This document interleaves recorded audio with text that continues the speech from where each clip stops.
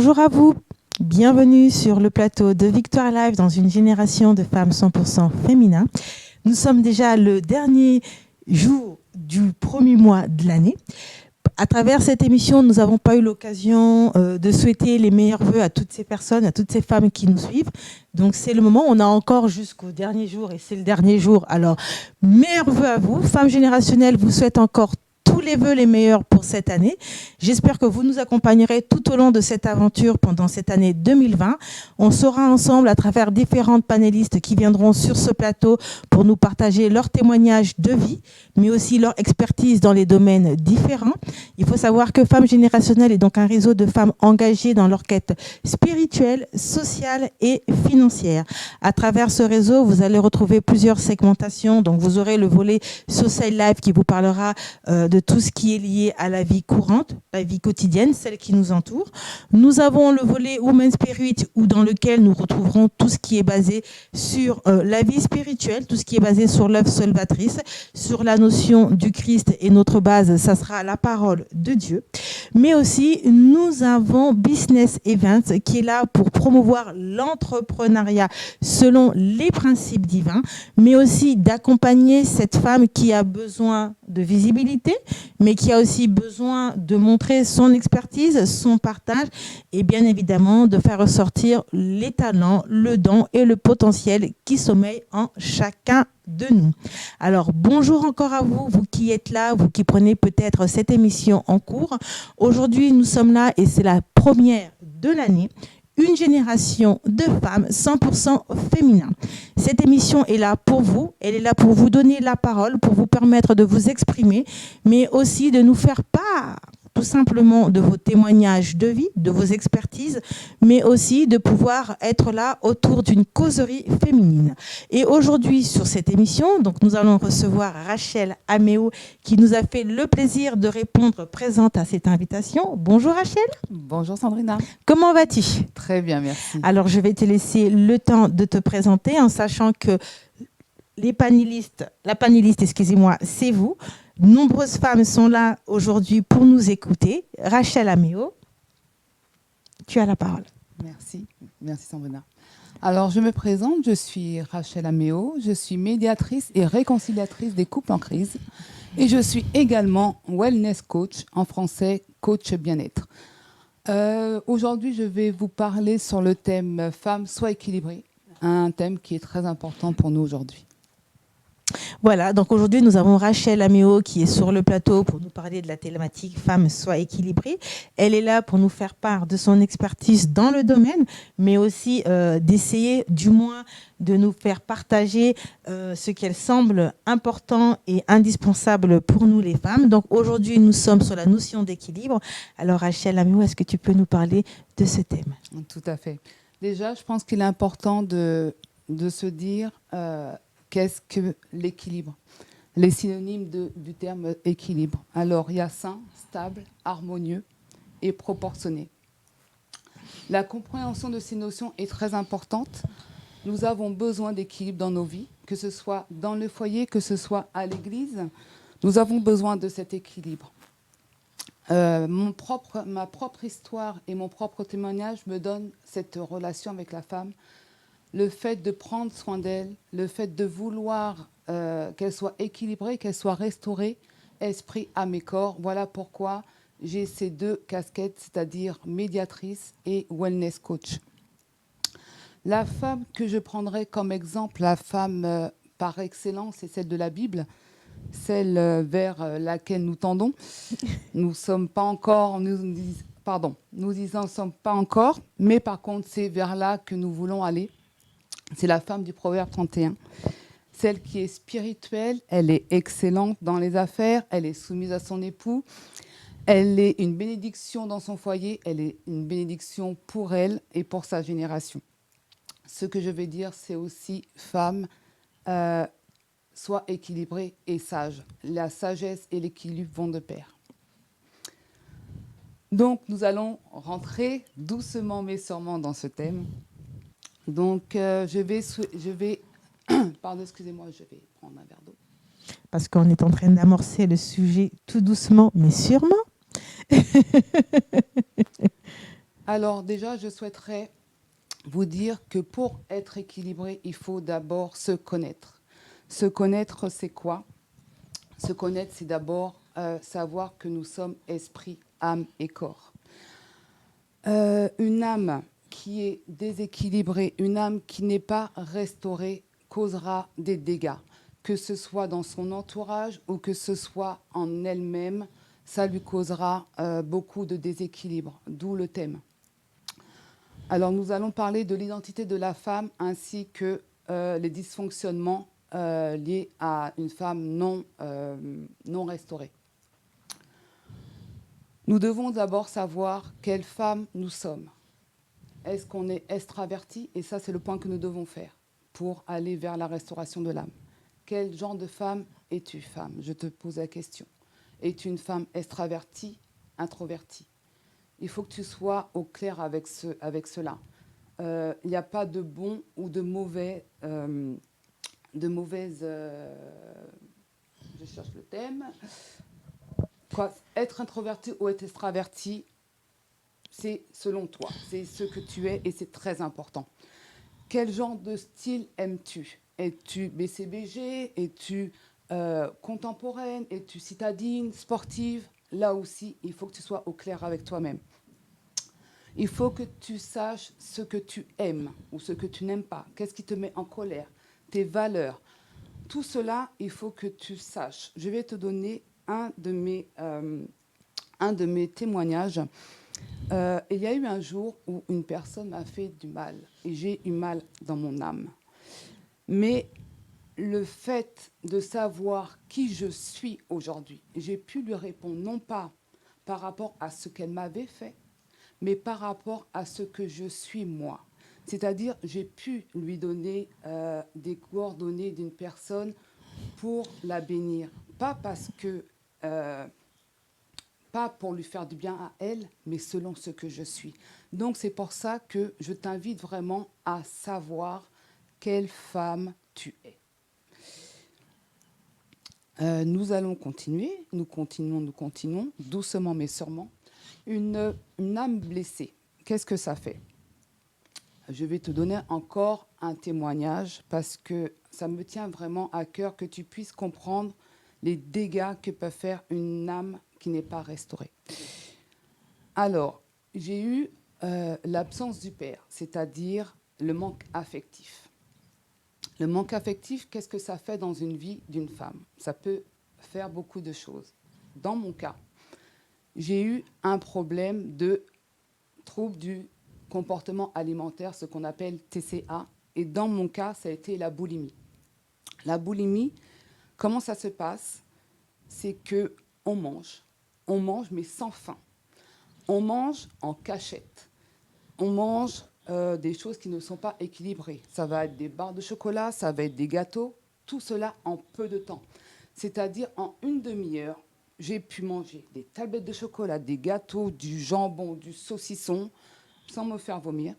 Mais par contre, ce trouble, personne ne le voyait. Personne ne l'a vu parce que physiquement, ça ne se voyait pas. Pourquoi ça ne se voyait pas? Parce que je passais de nombreuses heures dans les salles de sport. Je passais des heures et des heures dans des salles. Donc, effectivement, physiquement, ça ne se voyait pas. Mais à l'intérieur, ça fait des dégâts. Puisque j'ai eu un dysfonctionnement de la thyroïde. Donc, effectivement, ça ne se voyait pas à l'extérieur. Mais à l'intérieur, ça fait des troubles. Ça fait un dysfonctionnement, tout simplement. Donc, ce que je veux dire, c'est bâtir et stabiliser son identité est vraiment un passage très, très important. Comment on réalise, je vais te donner les clés du coup, comment on réalise ce travail? Ce travail se fait sur plusieurs étapes. La première, c'est prendre conscience qu'il existe un problème. Tu as un problème. Deuxièmement, c'est accepter le problème et vouloir le résoudre. Ensuite, accepter d'avoir mal pendant un temps. Comme dit la parole, il y a un temps pour toutes choses. Il y a un temps pour pleurer, un temps pour se réjouir. Donc, le temps pour pleurer est également important. Mais il faut que tu décides de ne pas rester dans j'ai envie de dire, dans cet esprit de victime, dans cet esprit d'apitoiement. Non, relève-toi et vraiment fonce vers ta guérison. C'est vrai que cela n'est pas facile, mais c'est possible. Nous allons parler de ce... Pardon, excusez-moi. On continue dans la restauration. Et là, je vais parler de la restauration dans l'Église. Parce que là aussi, il y a un déséquilibre. C'est-à-dire que certaines femmes ont été meurtries bien avant de rentrer dans le Seigneur, bien avant de donner leur vie au Seigneur. Elles sont meurtries, elles ont mal à leur âme, elles sont blessées. Et malheureusement, dans l'Église aujourd'hui, je ne dis pas dans toutes les églises, mais en général, ce qu'on perçoit aujourd'hui, c'est le manque de compassion. Lorsque je dis ça, c'est vraiment un constat. Je n'accuse personne, aucune église. Hein. C'est vraiment un constat que l'on voit aujourd'hui. C'est-à-dire, une femme est en train de souffrir et elle a besoin que sa souffrance soit entendue. On ne peut pas la guérir, mais elle a besoin qu'on lui dise, entre guillemets, comme disent les Ivoiriens, Yako, je t'écoute, je t'entends, je te comprends. Je ne ressens pas ta douleur, mais je peux comprendre et je te soutiens. Et aujourd'hui, c'est, non, Dieu va faire, tais-toi, mais non, quand une femme souffre, elle a besoin qu'on l'écoute. Et j'encourage vraiment à ces femmes qui souffrent, de vraiment se dire qu'elles ont le droit d'avoir mal, mais de ne pas rester dans cette souffrance, de ne pas rester dans le fait « oui, j'ai mal ». C'est « ok, j'ai mal, je pleure un temps et je me relève ». C'est important.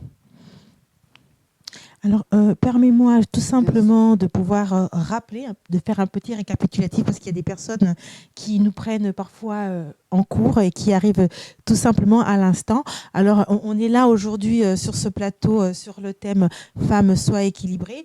Et Rachel Améo nous a parlé, du moins au premier abord, qu'il était très important pour chaque femme de pouvoir connaître son identité, donc c'est-à-dire de savoir qui tu es réellement, qu'on était constitué donc du corps, de l'âme et de l'esprit.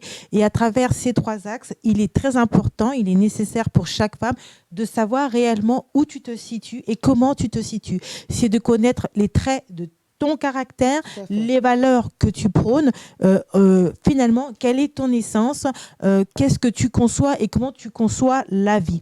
Et donc, du coup, à travers ce qu'elle nous a dit et à travers son témoignage, elle nous a démontré qu'on pouvait aussi se cacher à travers une certaine pathologie, parce que quand on se retrouve déprimé, parce que justement, on a eu des problèmes qui sont peut-être liés à un manque affectif. En l'occurrence, pour Rachel, c'était le fait qu'elle n'avait pas son père à côté. Donc, elle se cachait à travers la notion de la boulimie. C'était pas remarquable parce qu'à ce moment-là, elle faisait tellement de sport, donc elle grossissait pas. Donc, elle a réussi à dissimuler cela. Mais au plus profond d'elle, ça la détruisait. Tout à fait. Voilà. Donc, c'était tout simplement pour rappeler et pour permettre aux personnes de savoir d'où on est et d'où on va à travers ce thème, afin que les personnes qui nous suivent arrivent bien à comprendre qu'au premier abord, ce qui est important, c'est de connaître son identité et ensuite de savoir qui on est, donc quel est le caractère qui nous correspond, pas celui que les gens disent, mais celui qui est le tien. C'est très important parce que les gens peuvent te dire tu es ceci, ça c'est ce que les gens disent, mais toi réellement, qui es-tu? C'est important de savoir si tu es une personne qui a un tempérament assez festif, joyeux. Après, on peut les énumérer. Tout à fait. Voilà. Après, à chacune de nous de savoir réellement où nous nous situons. Rachel, tu peux continuer dans ton élan. Merci. Nous allons passer à la vie professionnelle, parce que là aussi, nous avons besoin d'équilibre. Il y a beaucoup de femmes qui sont très carriéristes, qui ont besoin justement d'évoluer, qui ont besoin d'être dans leur couloir. qui font passer malheureusement leur foyer, leur famille après, et qu'on ne se méprend pas. Je suis pour cette femme qui veut réussir. Je suis vraiment dans ce sens-là, c'est-à-dire que la femme doit se réaliser, elle doit évoluer, elle doit progresser. Je suis pour cela. Qu'on s'y... Voilà, j'ai perdu mon mot. Qu'on ne s'éparpille pas. Voilà, c'est ça. Mais cependant, il ne faut pas oublier notre foyer, notre famille et tout le reste. On doit être des femmes équilibrées. Donc, je ne dirais pas soit une femme équilibrée, mais décide d'être une femme équilibrée. Alors Rachel, est-ce que tu peux tout simplement nous rappeler, comme tu l'avais dit au tout début, ce que c'était qu'être équilibré? C'est important, c'est toujours pour ces personnes qui nous suivent et qui viennent, qu'ils arrivent à comprendre ce que c'est que la notion d'équilibre. Alors, nous avons dit, les synonymes d'équilibre, c'est stable, dans l'harmonie, stable, harmonieux et proportionné. Voilà. Alors, moi, je ne fais que répéter. Je suis là tout simplement pour étayer et répéter ce que notre panéliste est en train de nous dire aujourd'hui. Donc, les mots qui correspondent à la notion d'équilibre, c'est le fait d'être harmonieux, donc être en harmonie avec soi, en harmonie avec les personnes qui nous entourent finalement. C'est de pouvoir être stable. Donc stable, on sait bien tout ce que c'est à peu près comme une balance. Vous voyez, quand vous mettez des poids, il ne faut pas qu'il y en ait un qui soit en haut par rapport à l'autre, mais qu'il y ait une certaine équité, donc au même niveau. Il faut qu'on essaye justement dans nos vies d'arriver au même niveau. C'est pas évident, mais c'est faisable. Et voilà. Et le troisième, c'était quoi? Donc harmonieux. Harmonieux, on l'a dit. Proportionné. Et proportionné. Donc la notion de proportion, vous savez, ce sont des segmentations comme ça dans nos vies. Donc nos vies, elle est segmentée par la vie sociale, familiale et ainsi de suite. Et dans ces différentes proportions, on doit justement avoir cette stabilité, cette harmonie finalement, ce côté où on est stable, où on est équilibré les uns vis-à-vis des autres. Voilà. Voilà, tout à fait, c'est exactement ça. Maintenant, on va parler toujours de la vie professionnelle. Donc, je disais qu'il ne fallait pas mettre de côté notre foyer, notre famille et tout ce qui s'ensuit, tout ce qui crée justement cette stabilité, cette harmonie. Aujourd'hui, c'est vrai que le mouvement Girl Power ou le mouvement féministe dans notre génération actuelle est en augmentation, ce qui a occasionné, ce qui a comme conséquence le nombre de divorces qui s'accroît, le nombre de couples qui vont très mal aujourd'hui.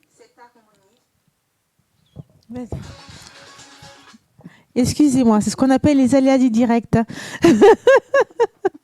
J'ai essayé de répondre à une question, mais bon, désolée. Oui. Donc, je disais qu'il y avait un déséquilibre justement à cause des conséquences du mouvement Girl Power et du mouvement féministe qui s'accroît, et ce qui a fait qu'il y a beaucoup de couples qui sont en crise et beaucoup de divorces qui s'accroît.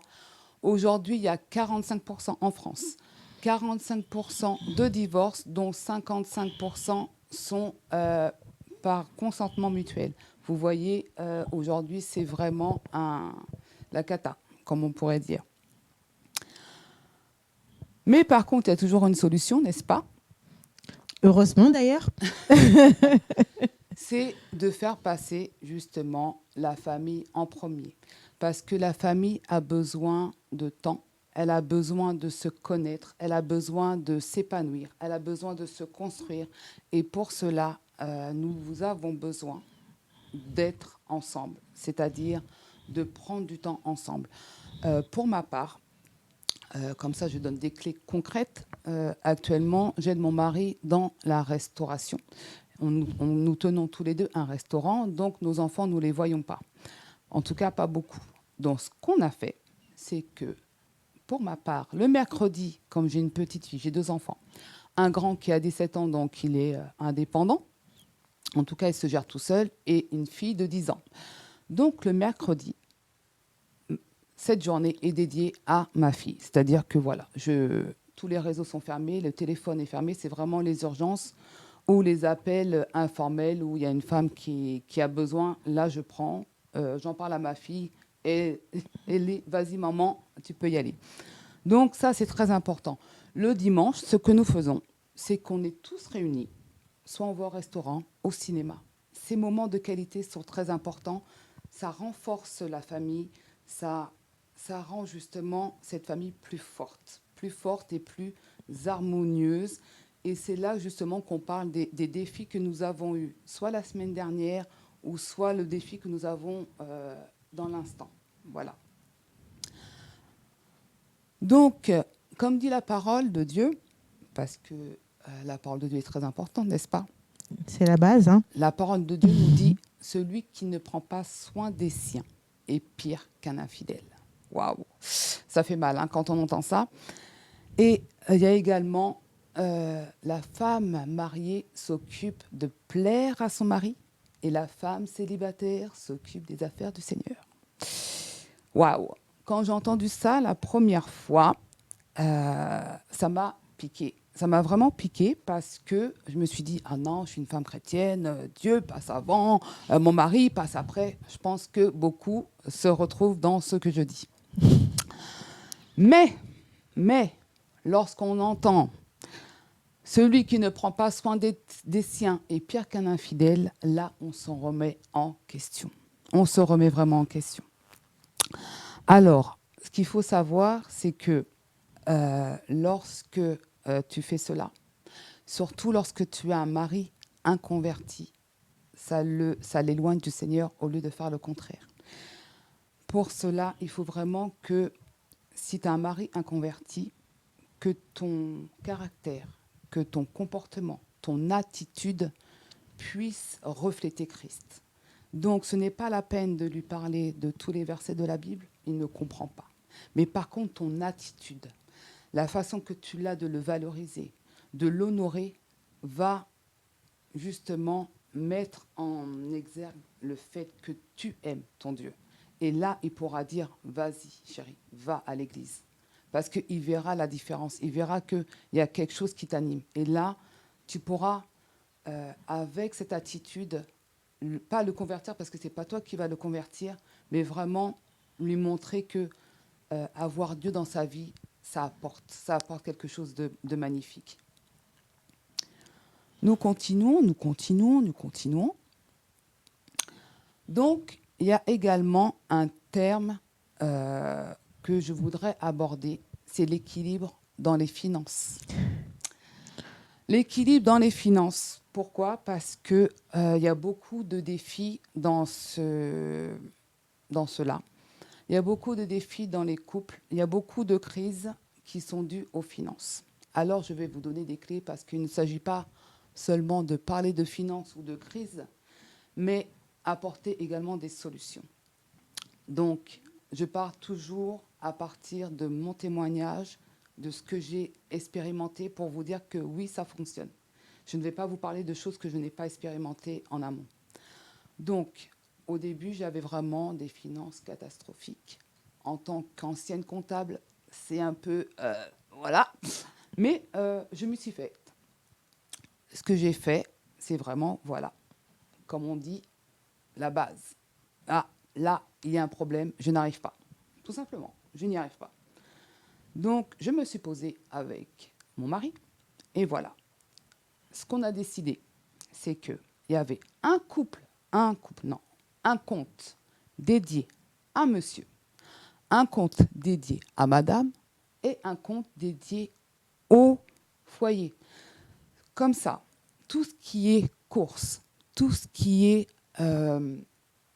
pour les enfants, tout ce qui est loyer, tout ce qui est charge primaire, voilà. Charge pour le foyer, c'est le compte joint.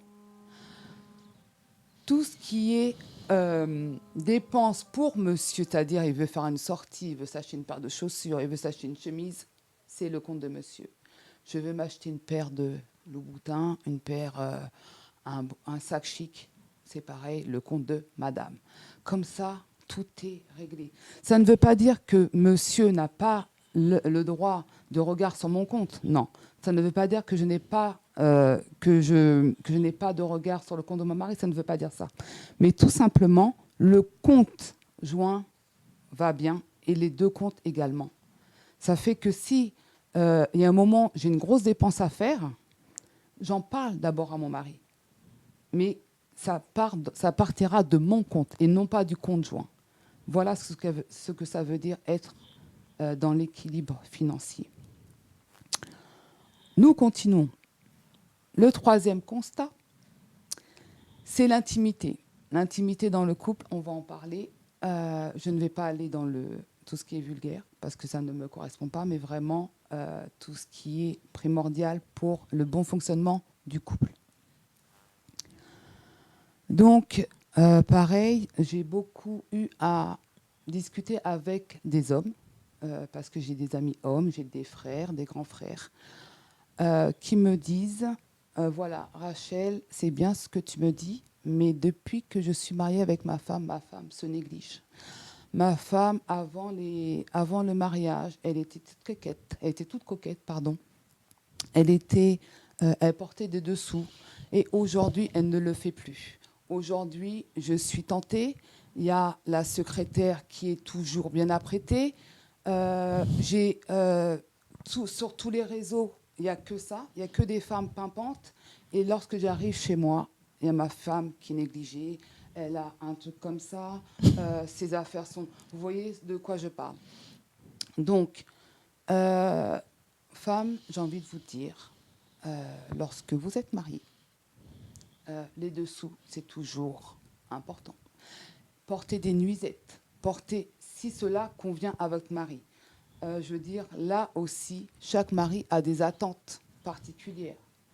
Mon mari, moi-même, nous aimons les sous-vêtements. J'aime les sous-vêtements, j'aime les nuisettes. On n'a pas de problème avec ça. Par contre, il y a certaines femmes qui ont des problèmes avec ça, dans le sens où elles se disent que porter des sous-vêtements, c'est comme si elles se vendaient. Or que non. C'est vraiment valoriser l'homme et se valoriser soi-même. C'est en ça qu'on montre justement qu'on aime notre mari, parce que notre mari est visuel.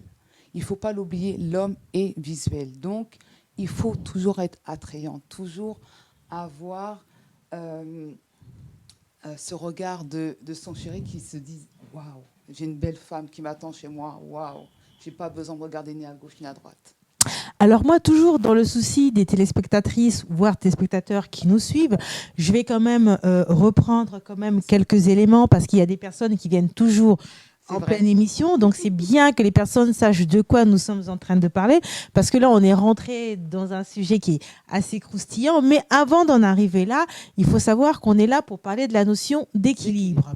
Et dans cette notion d'équilibre, nous sommes rentrés dans différents contextes.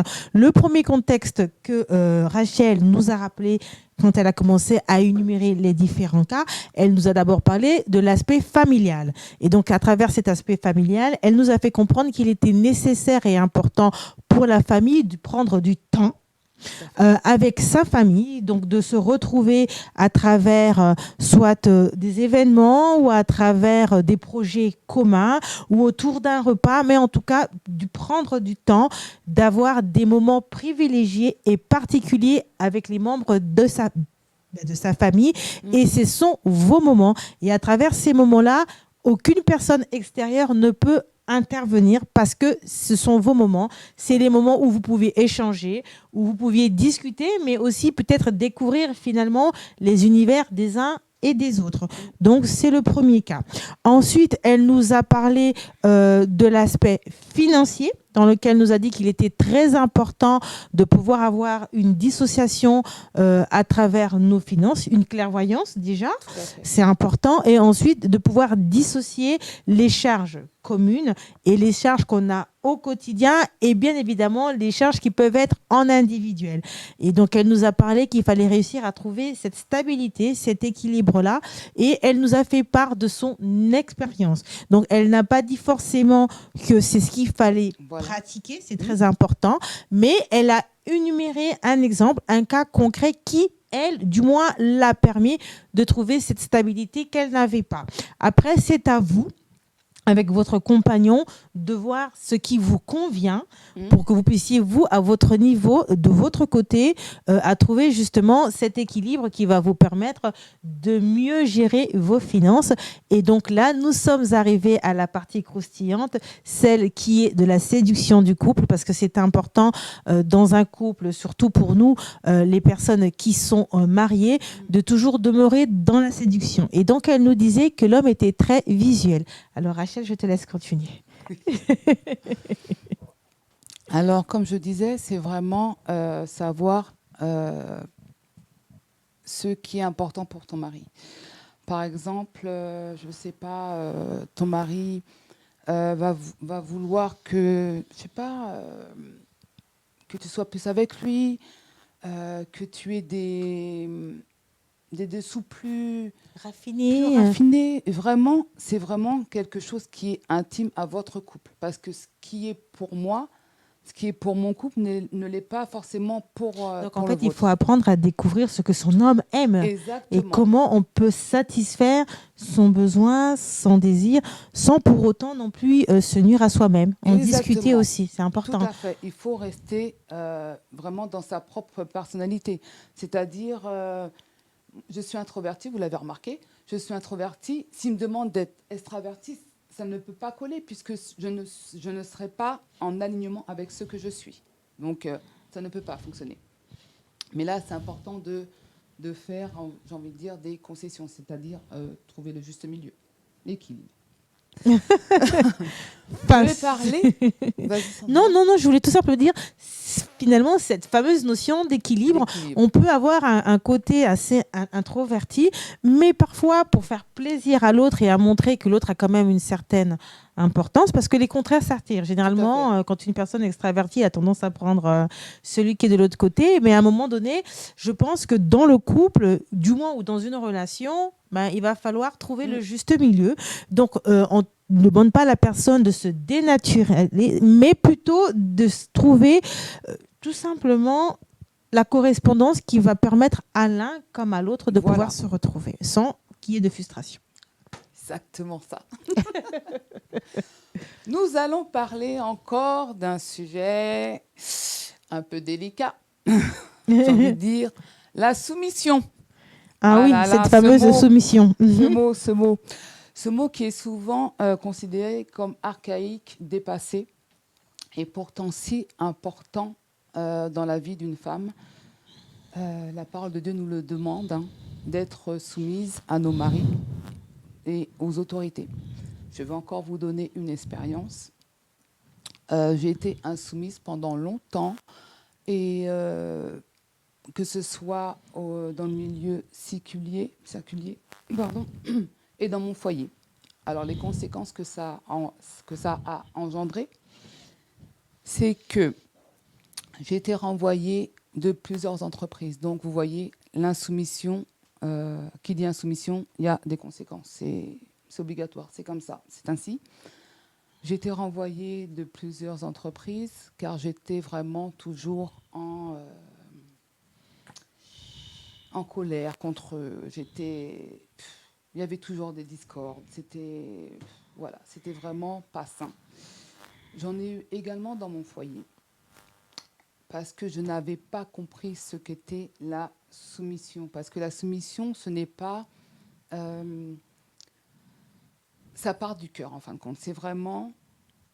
On décide de se soumettre. Soumission ne veut pas dire que tu es une serpillière. Non, loin de là.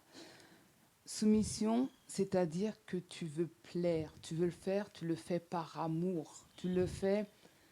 Il y a des moments où j'ai essayé de le faire, c'est-à-dire mon mari me demandait quelque chose et je le faisais pour avoir la paix. Et ça, ce n'est pas la soumission, c'est l'obéissance. Mais l'obéissance, ça ne reste pas. C'est-à-dire, tu vas avoir la paix pendant, une journée. Mais si tu te soumets, c'est-à-dire, je le fais parce que ça lui fait plaisir. C'est-à-dire, là, par exemple, cette année, l'année dernière du moins, j'ai aidé mon mari dans le démarrage du restaurant. Je me suis soumise, pas parce que j'aimais la restauration, mais par amour pour lui, pour l'aider, pour que lui-même puisse prendre son envol, je me suis soumise à lui. C'est ça la soumission, c'est le faire par amour. Est-ce que j'ai aimé, être dans la restauration? Au début, non. Mais aujourd'hui, j'en prends plaisir parce que j'ai appris plusieurs choses. C'est-à-dire, avant, là, me tenir comme ça devant un micro et être à l'aise, j'ai envie de dire maintenant. Être à l'aise, c'est parce que justement, j'ai beaucoup de contacts avec la clientèle. Je dois être toujours souriante, je dois être toujours avenante. Et ça m'a appris cela. Être dans la restauration, ça m'a appris également à être dans l'excellence. Vraiment, je suis dans un restaurant gastronomique. Ce n'est pas une brasserie, c'est vraiment la qualité du service. Donc, vous voyez, lorsque vous faites quelque chose par soumission, vous allez en récolter des grâces et des bénédictions. Je vous le garantis, même si parfois, je ne vais pas vous dire que c'est facile, hein, parce que l'année dernière, je peux vous dire que ça n'a pas été facile pour moi, mais aujourd'hui, je peux dire waouh, merci Seigneur. Merci Seigneur de m'avoir permis d'avoir été soumise à mon mari, même si ça n'a pas été facile tous les jours. Et d'ailleurs, j'aimerais bien compléter toujours dans cette notion de soumission.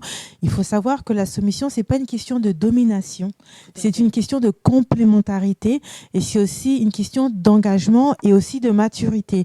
Et la soumission, on peut le retrouver dans notre vie quotidienne, donc on peut le retrouver à travers la vie maritale, mais aussi dans la vie professionnelle. À partir de l'instant où on emploie, c'est-à-dire qu'on est employé et qu'on a une fiche métier et qu'on s'approprie son métier, on devient soumis aux tâches régulières. Et parce que justement, on a été employé pour telle qualification, donc à partir de l'instant où on est dans ce plan de carrière et qu'on est dans ces éléments-là, on va être soumis justement à tout ce qui est lié à cette fiche métier. Donc, par exemple, quand on va nous dire que nous commençons le boulot à 8 heures, on sait très bien qu'à 8 heures, on doit être là. Et on rentre finalement dans les processus de la soumission. Mais ça ne veut pas dire que on a peur de notre patron, qu'on a peur de notre employé, mais on est soumis, on est lié à un engagement. C'est pareil pour la vie de couple. Aujourd'hui, quand on dit que la femme, elle est soumise vis-à-vis de son mari, c'est pas une question d'autorité, mais c'est une question simplement d'adéquation. Je vais vous prendre un exemple banal pour pouvoir étayer cela, mais vraiment aussi de façon concrète, parce que moi aussi, c'est comme Rachel, hein, je ne peux que dire ce que j'ai vécu ou ce que je peux concevoir. Je connais une amie à moi qui... avec son conjoint, donc son conjoint était celui qui travaillait, il était médecin, et donc du coup sa femme qui elle était encore en stage, et à un certain moment sa femme devait aller travailler à l'étranger, c'est-à-dire elle devait aller travailler dans un autre endroit, mais le mari lui avait des heures qui ne le permettaient pas. Et ben à ce moment-là, pour le bon fonctionnement du couple, il a été dans l'obligation de réduire ses heures de travail pour permettre à son épouse justement de pouvoir atteindre ses objectifs. Et c'est ça la soumission, c'est-à-dire qu'il est rentré dans un certain alignement pour permettre à son épouse de pouvoir atteindre quelque chose. Et généralement, c'est la même chose pour l'épouse, c'est la même chose pour la femme. Donc, dans le mariage, quelles que soient les situations, les circonstances, l'éducation des enfants, la vie sentimentale, les projets qu'on peut avoir, c'est qu'à un moment donné, on rentre tout simplement en alignement avec son conjoint. C'est de trouver finalement cet équilibre qui va permettre le bon fonctionnement du couple. Et ça se fait normalement, naturellement. C'est pas facile parce qu'on a tous des envies, on a tous des obligations. Ça demande beaucoup de communication, mais c'est important de pouvoir le rappeler aujourd'hui. C'était juste pour compléter. Voilà. Voilà. Merci Sandrine. Aujourd'hui, je suis avec les voilà. Nous allons terminer sur l'importance de prendre soin de son corps. Donc, nous savons maintenant que le corps est le reflet de ce que nous lui donnons. Donc, c'est pas un thème, voilà, soit on aime ou soit on n'aime pas. J'aime le corps de la femme. Le corps de la femme est tellement beau, il est tellement non, c'est magnifique d'être une femme. Hein. Je ne sais pas ce que tu en penses, mais je pense que c'est vraiment magnifique d'être une femme. Donc, tu vas voir que il y a plusieurs personnalités, il y a plusieurs corps, n'est-ce pas? Vous allez voir que parfois, même une jeune femme va se tenir un peu courbée. Quand elle se tient courbée, en général, hein, c'est pas une... c'est en général, c'est vraiment voilà, dans le sens général, je le répète encore, c'est parfois parce qu'elle a honte. Donc, la honte fait qu'elle se courbe, tout simplement. Mais j'ai envie de te dire, dis-moi où tu as mal, dis-moi comment tu te tiens, et je te dirai de quoi tu souffres. Alors, parfois, vous allez voir que les femmes ont des hanches assez développées. Là aussi, où elles sont toutes elles sont, comment dire, elles ont de l'embonpoint, mais un peu partout. C'est parfois, elles se protègent. C'est inconsciemment. C'est parfois parce qu'elles ont eu un traumatisme dans l'enfance ou dans l'adolescence qui ont fait du moins qu'elles se protègent. Ça peut être ça, ça peut être également tout simplement un déséquilibre alimentaire. Et là, il y a plusieurs façons de résoudre ce problème. Donc, déjà, pour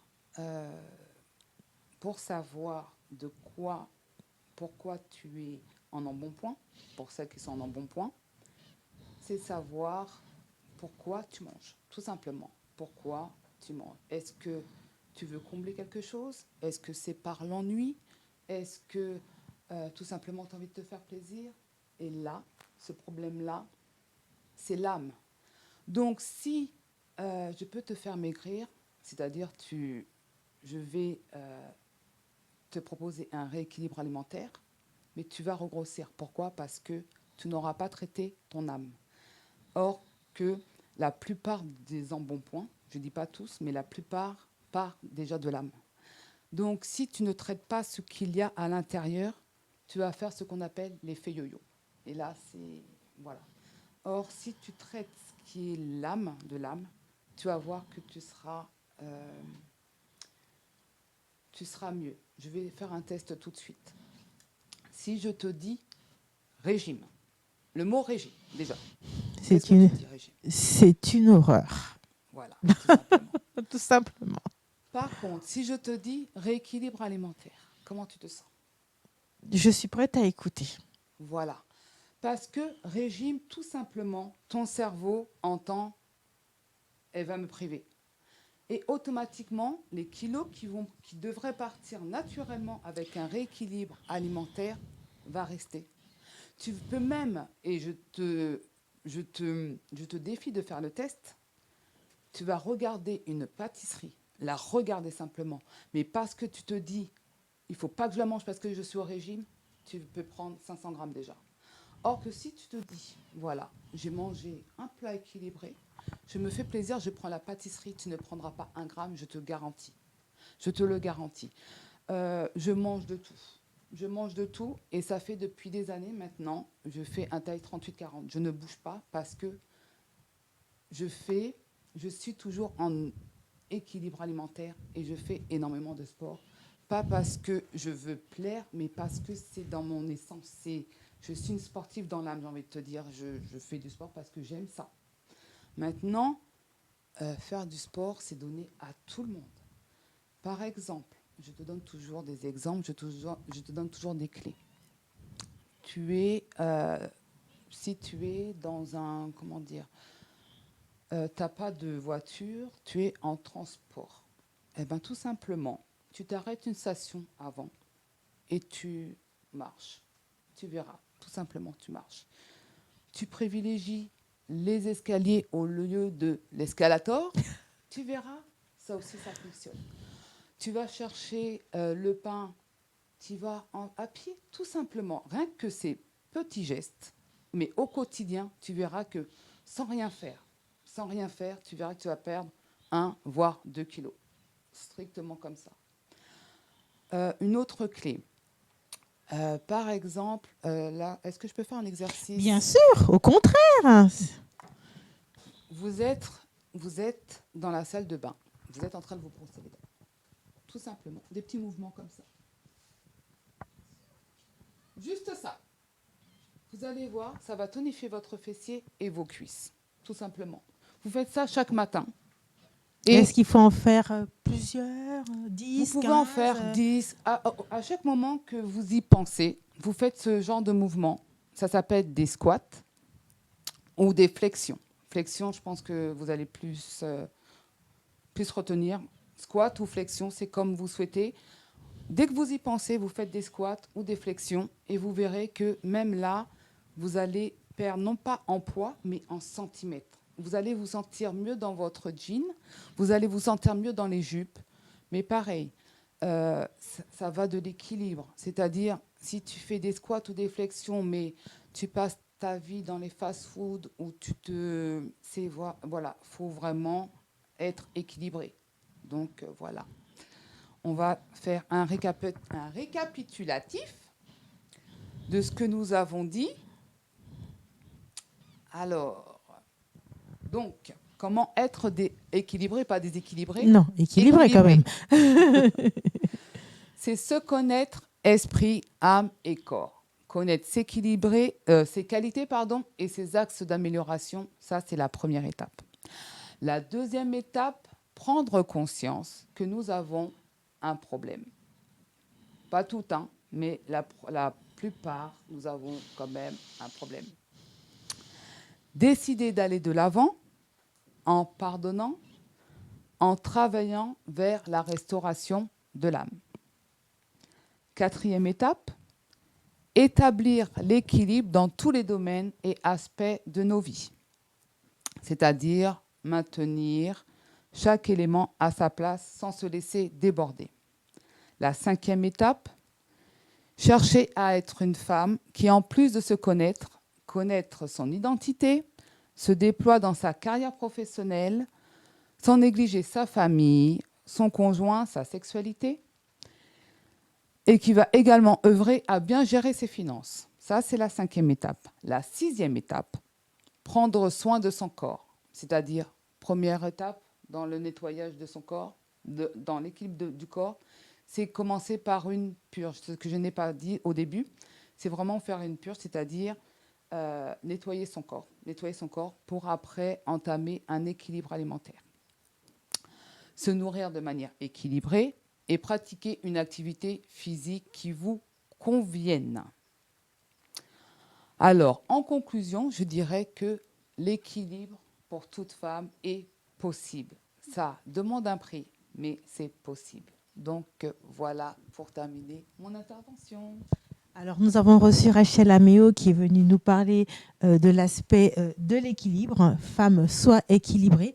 À travers son expertise, elle nous a donné pas mal d'indices, pas mal d'éléments qui peuvent nous donner la possibilité finalement de pouvoir atteindre cet équilibre parce que c'est faisable.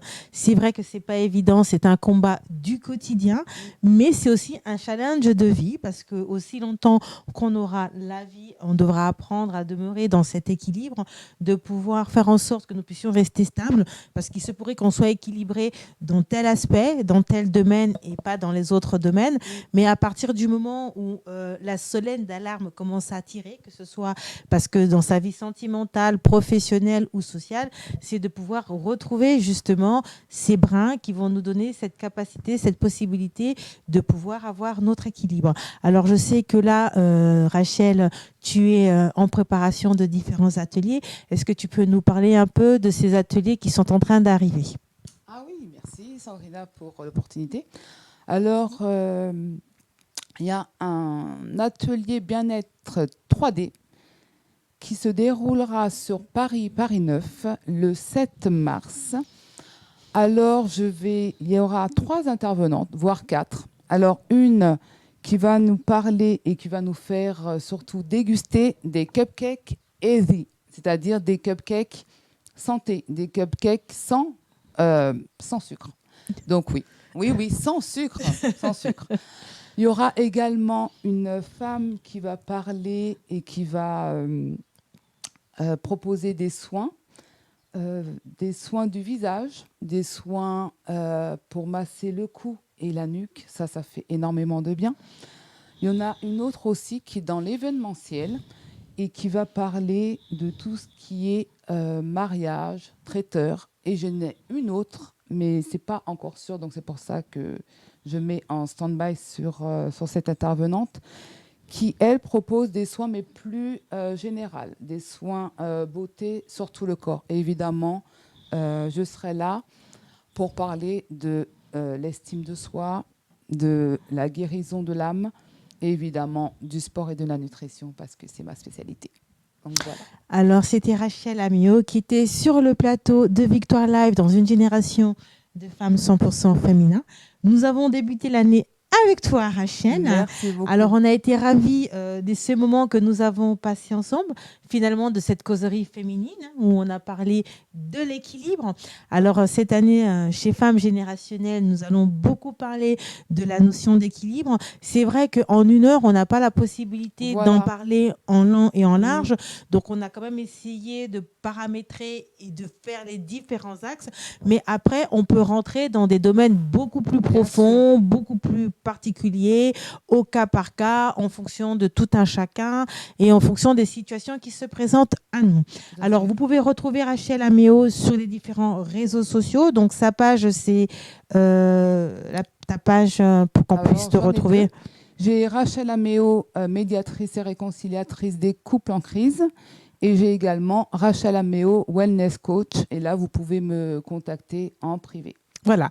Alors, si vous avez des besoins dans le domaine et dans la spécialisation des couples en reconstruction qui ont besoin de discuter, qui ont besoin de parler, c'est très important, surtout en ce net moment où les crises sont vraiment en grande majoration. Elle est là pour nous accompagner et à trouver notre équilibre, mais aussi des solutions pour nous permettre de mieux aborder notre vie de couple et aussi de pouvoir faire du sport et avoir un équilibre alimentaire. C'est bien ça ? C'est ça. Voilà.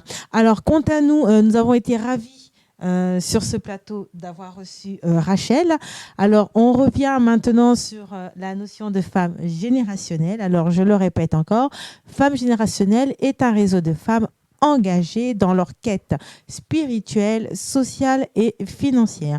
Alors pourquoi la notion de quête ? La quête, c'est ce qui nous permet tout simplement de savoir où est-ce qu'on va, où est-ce qu'on veut partir, comment on veut croître et comment on veut évoluer et comment on veut tout simplement se positionner, être en alignement avec notre croyance, avec notre vision de la vie, mais surtout avec le potentiel qui est en chacune de nous femmes. C'est vrai que le réseau est beaucoup plus lié à la jante féminine. Il nous arrive aussi de travailler avec des hommes. Nous avons des hommes aussi qui sont derrière Femmes générationnelles, qui nous aident dans la logistique, mais aussi dans la manière de nous positionner. Et nous travaillons aussi lors des business networking avec des hommes qui peuvent venir nous apporter leur expertise dans les différents domaines qui sont liés selon les thématiques. Nous nous spécialisons de plus en plus à travers des ateliers, à travers des événements où nous recevons des panélistes de femmes qui viennent des horizons différents, selon des thématiques différentes et qui viennent nous apporter leur expérience. Alors cela peut se faire en présentiel, donc à travers des ateliers, mais aussi à travers cette émission. Alors femme, toi qui nous suis, toi qui as besoin de venir tout simplement t'exprimer, qui a besoin de venir parler, ose, fais-le. Rachel l'a fait aujourd'hui. Ça s'est bien passé, Rachel ? Voilà. Alors, est-ce que ça a été difficile ? Non, tout simplement. Non. Une belle causerie, finalement. Tout à fait. Et je pense que cette causerie-là apportera pas mal d'éléments à toutes ces femmes qui vont nous suivre. Alors, toi, femme qui te trouve derrière cette caméra, tu as peut-être un message aussi que tu veux communiquer. Ce n'est pas forcément ce thème. Ça peut être le tien. On s'adapte en fonction de chacune de vous, des profils variés, différentes les unes des autres. Quelle que soit la contrée d'où tu viens t'exprimer sur ce plateau. C'est le tien. Il est là pour toi.